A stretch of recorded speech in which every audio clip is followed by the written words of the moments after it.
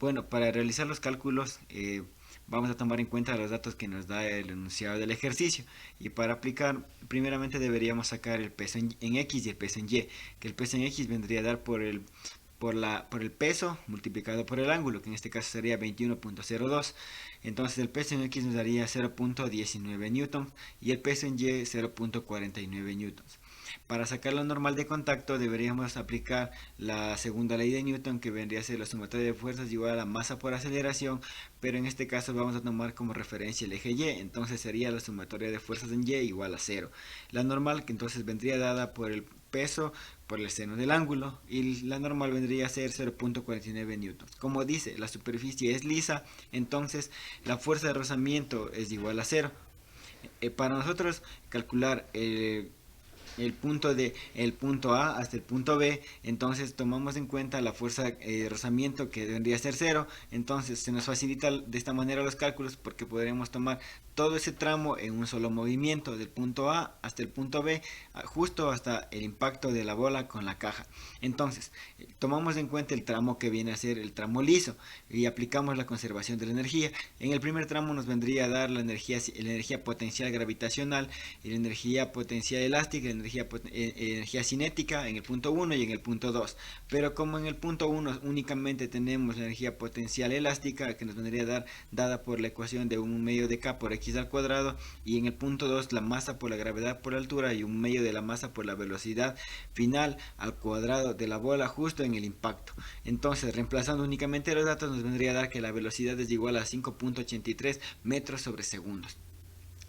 Para el choque de la bola con la caja, vamos a calcular las velocidades con las que vendría a llegar la bolita a impactar a la caja. Como hemos calculado, la velocidad A1 con que llega es igual a 5.83, y la velocidad A sub 2 que nos vendría a dar 2.73 con los previos cálculos que se los realizará a continuación.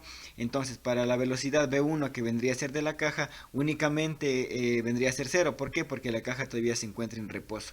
Vamos a calcular entonces la velocidad B2, que vendría a ser igual a 3.28 metros sobre segundos, que nos viene dado en el dato ya, que es la velocidad con la que la caja parte después del impacto. Entonces, masa por la velocidad A1 más masa por la velocidad B1 es igual a la masa 1 por la velocidad A2 más la masa 2 por la velocidad B2. Entonces, ¿qué es lo que únicamente que reemplazamos aquí? Son los datos. Entonces, al reemplazar los datos nos queda la incógnita de la velocidad BA2, que significa que esa es la velocidad de la bola después del impacto, que vendría a ser 2.73 metros sobre segundos.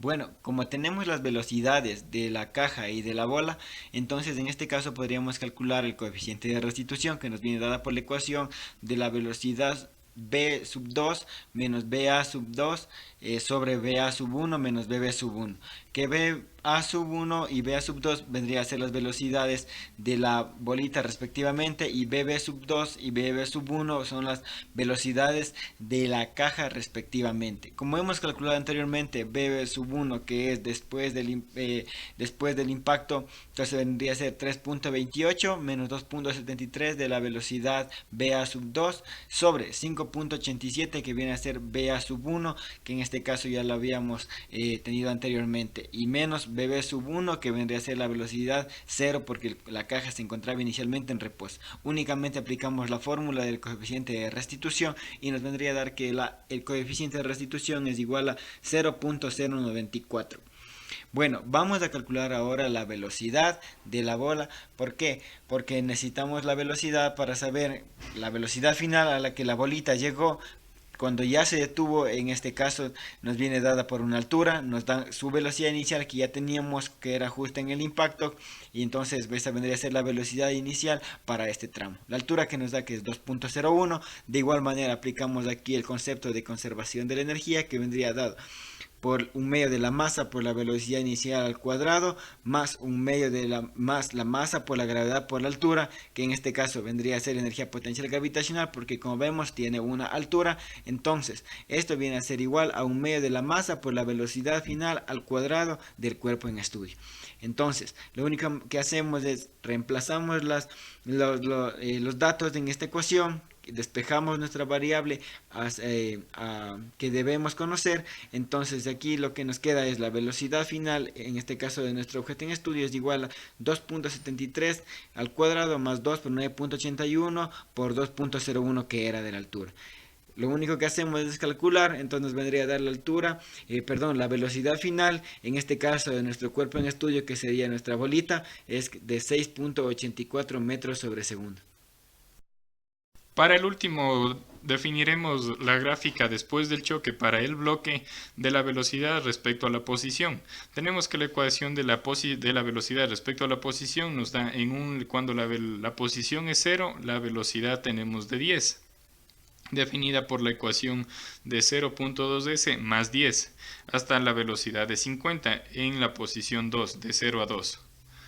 Aquí marcamos los puntos de A hacia B en donde queremos evaluar, teniendo aquí que de A hacia B tenemos que la velocidad es igual a 0.2s más 10.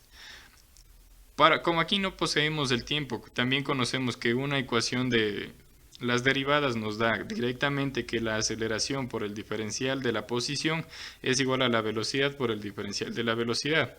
Despejando la aceleración tenemos que la aceleración es igual a la velocidad por la derivada de la velocidad respecto al diferencial de la posición. Entonces, reemplazando lo que ya conocemos previamente la ecuación, igualaríamos que la aceleración es igual a 0.2s más 10 por la derivada de 0.2s más 10 respecto al diferencial de la posición.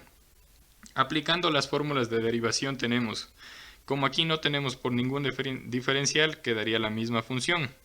Y aquí aplicamos 0.2s, como si tenemos una variable, que es la que vamos a derivar, restamos 1 del exponente y bajamos 1 del exponente, lo multiplicamos y restamos 1 al coeficiente. Como aquí no tiene ninguna variable, entonces es por una constante y la derivada de una constante es 0, quedando la aceleración de 0.2s más 10 por el 0.2, que se lo va a evaluar en un rango de 0 a 2 metros de la posición. Cuando la posición es 0, la aceleración nos da de 2 metros sobre segundos porque se elimina la variable. Cuando s vale 2, la aceleración nos va a dar de 2.08 metros sobre segundos al cuadrado. Por último, representamos el gráfico de aceleración versus la posición. Tenemos que cuando la posición valía 0, va a valer 2 metros sobre segundos al cuadrado la aceleración, y cuando la posición valga 2, va a valer la aceleración 2.08, quedando así definida la gráfica aceleración versus posición.